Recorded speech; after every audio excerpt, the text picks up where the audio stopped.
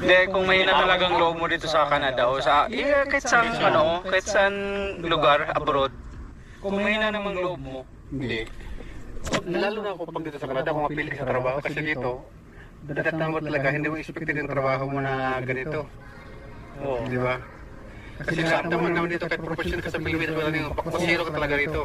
For example, professional ka sa Pilipinas, manatili ka na lang sa Pilipinas. Kasi pagdating mo dito, hindi mo alam yung trabaho mo dito eh. Dito nga kasama ko eh. Libor lang yan dito. Sa Pilipinas, civil engineer to.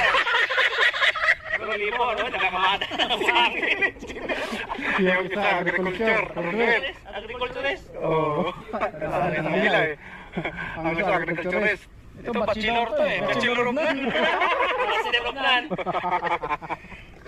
Yung mga trabaho natin dito, pag nag-abroad, ang tiis. Ganun talaga. Huwag kang pumili ng trabaho. Huwag kang